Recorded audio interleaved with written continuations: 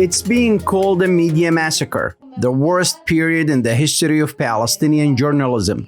In the first 2 weeks of 2021, dozens of reporters and technicians have been forced to resign from their jobs, others laid off. AJL, the largest radio station in the Palestinian territories, removed more than a dozen of its top personnel, many of whom have been with the outlet since it went on the air in 1999. Management blamed the decision on decreasing advertising revenue due to the coronavirus pandemic and claims it reached an amicable deal with the outgoing employees. But the employees say they had no other choice but to accept. The corona crisis led to a major financial crisis.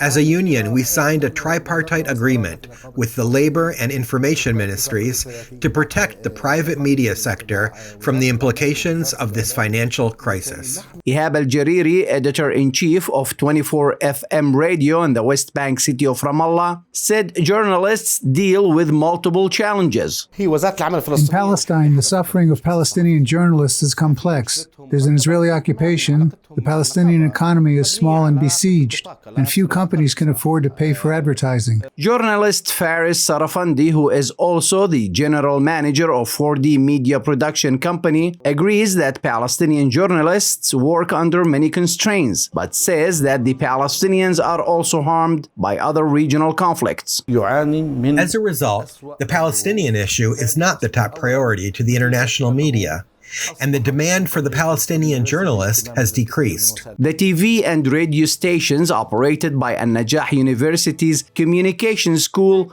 folded on Monday. Management said in a statement that the decision was made because of heavy losses. Before doing so, it fired at least 17 of its staff. There are limited opportunities, many graduates, and the competition is fierce, which forces the Palestinian journalists to accept work under difficult conditions to earn a living. Last year, more than 80 radio stations operated throughout the Palestinian territories, an enormous number. A Palestinian journalist earned less than $800 a month, and many complain that the Palestinian laws are weak and they don't have any backing. The union should play a strong, effective role in protecting journalists and preventing any violation of their rights. The stunning developments are a major setback for the Palestinian journalism sector that is already suffering. Palestinians say it's through media that they can get their story out to the world, and the latest developments will have major repercussions on its messaging. The scene is very bleak.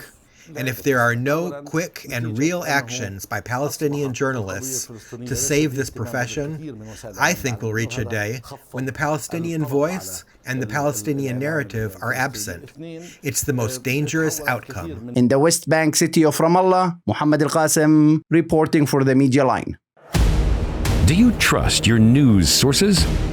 Are you tired of one-sided reporting?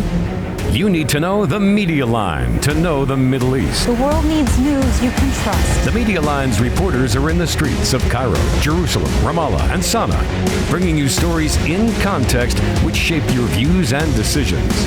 The Media Line is the first independent, non-profit American news agency covering the Middle East.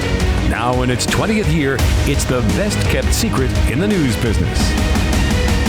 Discover for yourself why the Media Line is relied upon by government officials and media outlets worldwide. Bringing you the stories which impact your lives. Support the trusted Mideast news source today by going to themedialine.org. You need to know the Media Line to know the Middle East.